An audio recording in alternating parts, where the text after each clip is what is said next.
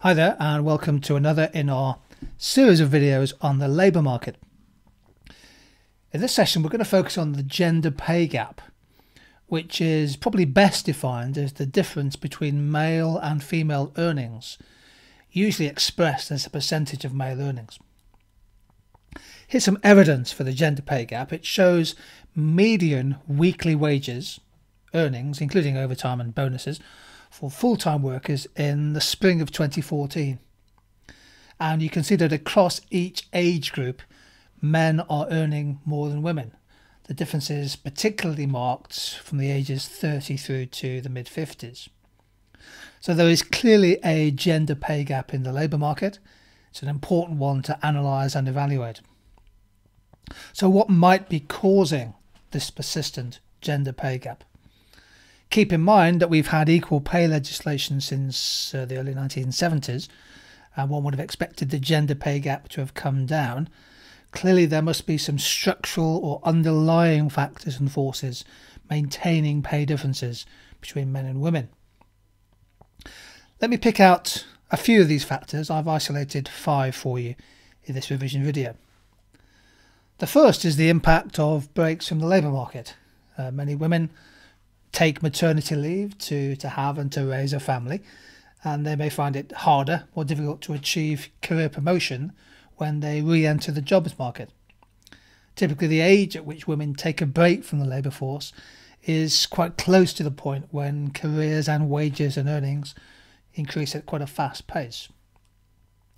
A second factor, fundamental factor, is access to education. This is particularly the case in many emerging developing countries, where the opportunities for women to complete qualifications and gain formal experience in the labour market is limited.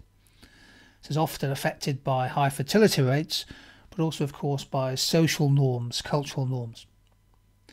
In developed countries, in advanced high-income countries, one of the key causes of the gender pay gap is simply the differential in the pattern of employment.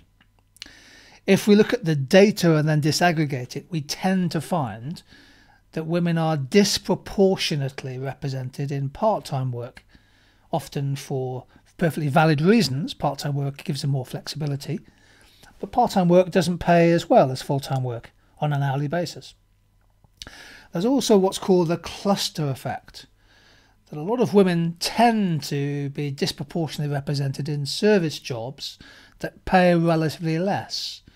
The 4 C's are often mentioned: clerical, caring, catering and cleaning jobs. Many women also work in vacations where wages are relatively lower.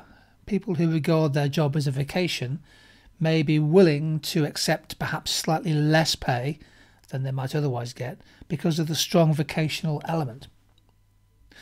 There's no doubt that gender pay gaps must continue to remain affected by employer discrimination.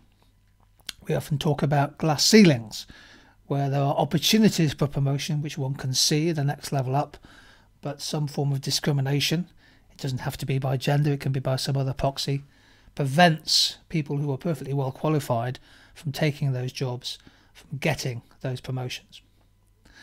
And another long-term factor, particularly relevant in the UK labour market, is that we have seen the increasing feminisation of the labour force. Female participation rates as a percentage of the population, percentage of the female working age population, have gone up. Female participation rate has increased. Well, the effect, of course, is to increase the supply of labour in aggregate, which may, and notice how I've underlined and put in bold, which may have contributed to lower relative wages. So what are we saying here? We're saying that the gender pay gap is a combination of social, economic forces, some of them perfectly valid in a macroeconomic perspective, others less so, particularly persistent discrimination. One aspect I mentioned a couple of minutes ago was the vocational aspect.